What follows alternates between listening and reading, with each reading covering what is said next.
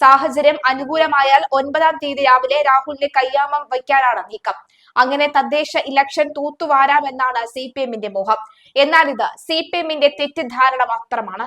കാരണം രാഹുലിനെ അറസ്റ്റ് ചെയ്താലും ഇല്ലെങ്കിലും ഇടതു പാർട്ടികൾ തോറ്റമ്പും. പാർട്ടി മുട്ടുമടക്കും എന്ന സൂചന ഇതിനോടകം തന്നെ രഹസ്യാന്വേഷണ വിഭാഗം നൽകി കഴിഞ്ഞതായാണ് മനസ്സിലാകുന്നത്. മാങ്കൂട്ടത്തിലിനെ അറസ്റ്റ് ചെയ്യാൻ സർക്കാർ ആഗ്രഹിക്കുന്നില്ല. അറസ്റ്റിനേക്കാൾ ഉപരി വിഷയം സജീവമായി നിലനിർത്താനാണ് പാർട്ടി ആഗ്രഹിക്കുന്നത്. അറസ്റ്റ് ഉണ്ടായാൽ അതോടെ വിഷയം തണുക്കും. മാങ്കൂട്ടത്തിൽ വിഷയത്തിൽ സജീവമായി നിലനിർത്തിയാൽ മാത്രമേ CPM-ന് ഗുണം ചെയ്യുകയുള്ളൂ. ഡിസംബർ 11 കഴിഞ്ഞാൽ CPM-ന് രാഹുലിനുള്ള താല്പര്യം നഷ്ടമാകും. കടകംപള്ളി സുരേന്ദ്രൻ സ്വർണ്ണമോഷണത്തിൽ പ്രതിയാകുമെന്ന് പറഞ്ഞ ദിവസം തന്നെയാണ് രാഹുലിനെതിരായ ആദ്യ ബലാത്സംഗ ആരോപണം ഉയരുന്നത്. കടകംപള്ളിയെ രക്ഷിക്കാൻ വേണ്ടിയുള്ള ശ്രമമാണ് നടക്കുന്നത്. കഴിഞ്ഞ 2 ആഴ്ചയായി രാഹുൽ കേസാണ് ഇലക്ഷൻ നിറഞ്ഞു നിൽക്കുന്നത്. പൊതുജന താല്പര്യമുള്ള വിഷയങ്ങളൊന്നും ചർച്ചയാകാതിരിക്കാൻ CPM ശ്രമിച്ചു. എന്നാൽ ഇക്കുറി CPM-ന് തെറ്റി. സ്വന്തം പാളിച്ചകൾ മറയ്ക്കുന്നതിന് വേണ്ടിയാണ് രാഹുൽ വിഷയം ഉയർത്തിക്കൊണ്ടുവന്നത് എന്ന് ജനങ്ങൾക്ക് മനസ്സിലായി കഴിഞ്ഞു. ജനങ്ങൾക്ക് നൽകിയ ക്ഷേമ പെൻഷൻ പോലും പ്രചരിപ്പിക്കാൻ അവർക്ക് കഴിഞ്ഞില്ല. അവരെല്ലാം രാഹുലിന് പിന്നാലെ നീങ്ങി. ഇത് പതിയെ പതിയെ രാഹുലിന് അനുകൂലമായി മാറി.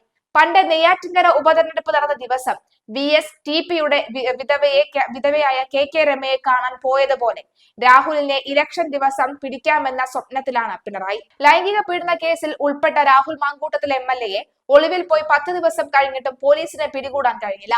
തദ്ദേശ തെരഞ്ഞെടുപ്പിന് ഒരു ദിവസം മാത്രം ശേഷിക്കെ രാഷ്ട്രീയ നേട്ടത്തിനായാണോ അറസ്റ്റ് വൈകുന്നത് എന്ന ചോദ്യവും ഉയരുന്നു. ബാംഗ്ലൂരിൽ ഉന്നത ബന്ധങ്ങളുടെ മറവിൽ ഒളിവിൽ കഴിയുന്നതായി സംശയിക്കുന്ന രാഹുലിനെ പോലീസ് തൊടാത്തതാണ്.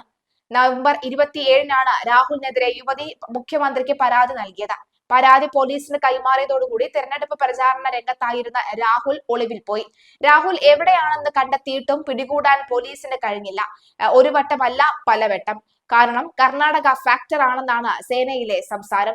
കർണാടകയിലെ രാഷ്ട്രീയ നേതൃത്വത്തിന്റെയും അധികൃതരുടെയും സംരക്ഷണ വലയം ഭേദിച്ച് അകത്തുകടക്കാൻ പോലീസിന് കഴിഞ്ഞില്ല.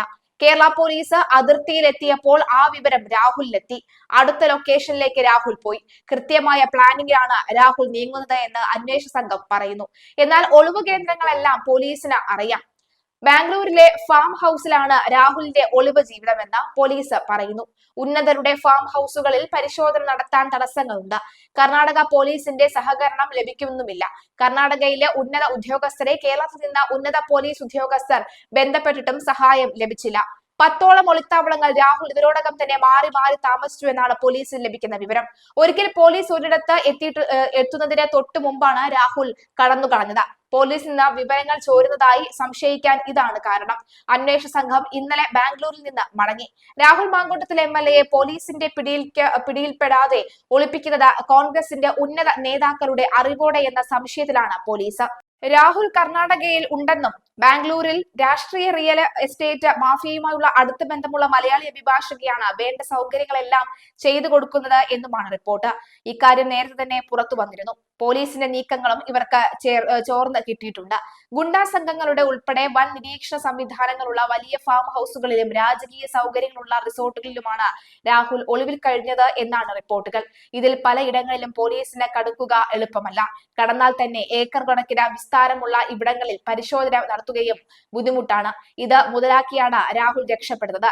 ഏതാനും മണിക്കൂറുകൾ മാത്രമാണ് ഒളിയിടങ്ങളിൽ രാഹുൽ തങ്ങുക. നീക്കം പോലീസ് മനസ്സിലാക്കിയെന്ന് വ്യക്തമായാൽ ഉടൻ തന്നെ പുതിയ സങ്കേതത്തേക്ക് മാറുകയാണ് പതിവ്. മുൻകൂട്ടി തയ്യാറാക്കിയ മാസ്റ്റർ പ്ലാൻ അനുസരിച്ചാണ് രാഹുലിനെ ഒളിപ്പിക്കുന്നത് എന്നും റിപ്പോർട്ടുണ്ട്. യുവതി മുഖ്യമന്ത്രിക്ക് കൈമാറിയ സമയത്ത് തന്നെ ഇതിനുവേണ്ട മുന്നൊരുക്കങ്ങൾ നടന്നിരുന്നു. കോൺഗ്രസിലെ ചില ഉന്നത നേതാക്കളുടെ അറിവോടെ ആയിരുന്നു ഇതെന്നാണ് സ്ഥിരീകരിക്കാത്ത റിപ്പോർട്ടുകൾ. ഇത് വ്യക്തമാക്കുന്ന തരത്തിലായിരുന്നു എറണാകുളത്തെ പത്രസമ്മേളനത്തിൽ മുഖ്യമന്ത്രി പറഞ്ഞത്. രാഹുൽ മാങ്കൂട്ടം എവിടെയാണ് എന്ന് കോൺഗ്രസുകാർ പറഞ്ഞാൽ അയാളെ പിടിക്കാം. പ്രതിയെ സംരക്ഷിക്കുന്ന നയമാണ് ചിലരുടേത്. അയാൾ ചെന്ന സ്ഥലങ്ങളെക്കുറിച്ചുള്ള ചില അഭ്യൂഹങ്ങൾ ഉയരുന്നു എന്ന് മനസാക്ഷിയെ ഞെട്ടിക്കുന്ന വൈകൃതമാണ് രാഹുലിന്റെ കേസിൽ ഉണ്ടായത് എന്നും പറയുന്നു.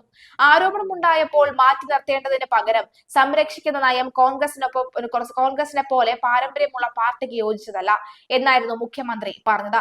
അതിനിടെ ആദ്യത്തെ കേസിൽ ഹൈക്കോടതി അറസ്റ്റ് തടഞ്ഞതോടെ രണ്ടാമത്തെ കേസിലും രാഹുൽ മുൻകൂർ ജാമ്യ ഹർജി നൽകി. അതിവേഗ നീക്കത്തിലൂടെ നൽകിയ ഹർജി ഇന്നലെ തന്നെ പരിഗണനയിലെടുക്കണമെന്നാണ് നൽകണമെന്നാണ് രാഹുൽ ആവശ്യപ്പെട്ടിരിക്കുന്നത്. ആദ്യത്തെ കേസിൽ യുവതിയെ ബലാത്സംഗം ചെയ്യുകയും ഭീഷണിപ്പെടുത്തി ഗർഭചിത്രം നടത്തുകയും ചെയ്തെന്ന പരാതിയിൽ രാഹുൽ മാങ്കൂട്ടത്തിൽ MLAക്ക് ജില്ലാ കോടതി ജാമ്യം നൽകിയില്ല. രാഹുൽ സമർപ്പിച്ച മുൻകൂർ ജാമ്യ ഹർജി കോടതി തള്ളി. അറസ്റ്റ് തടയണമെന്ന രാഹുലിന്റെ ഹർജിയും കോടതി തള്ളി. ഇതോടെ രാഹുലിനെ അറസ്റ്റ് ചെയ്യാനുള്ള തടസ്സങ്ങളെല്ലാം നീങ്ങുകയായിരിക്കുകയാണ്. പ്രോസിക്യൂഷൻ ഹാജരാക്കിയ പുതിയ തെളിവുകൾ കൂടി പരിശോധിച്ച ശേഷമാണ് പ്രിൻസിപ്പൽ സെഷൻസ് കോടതി ജഡ്ജി S. നസീറ വിധി പ്രഖ്യാപിച്ചത്. ഗർഭചിത്രത്തിന് നിർബന്ധിച്ചതിന് പ്രഥമദൃഷ്ടിയ തെളിവുകൾ ഉണ്ടെന്നും രാഹുലിനെതിരായ ആരോപണങ്ങൾ അതീവ ഗുരുതരമാണെന്നും ജാമ്യ ഹർജി തള്ളിയത് കുറ്റകൃത്യത്തിന്റെ തീവ്രത കൂടി പരിഗണിച്ചാണെന്നും കോടതി വിധിന്യായത്തിൽ പറഞ്ഞു. ഇതിലാണ് രാഹുൽ മാങ്കൂട്ടത്തിൽ ഹൈക്കോടതിയെ സമീപിച്ച് മുൻകൂർ ജാമ്യം തേടിയത്.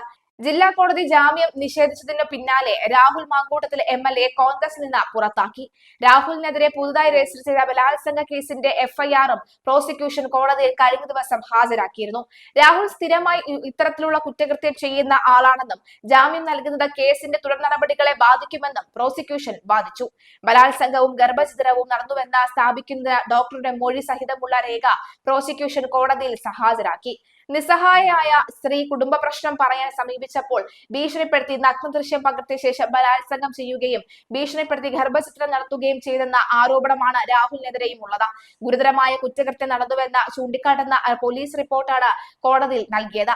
നിർബന്ധിത ഗർഭചിത്രം നടത്തിയതിന് തെളിവുണ്ടെന്നും പോലീസ് അറിയിച്ചു. ഇത് സംബന്ധിച്ച രേഖകളാണ് ഇന്ന് കോടതിയിൽ നൽകിയത്.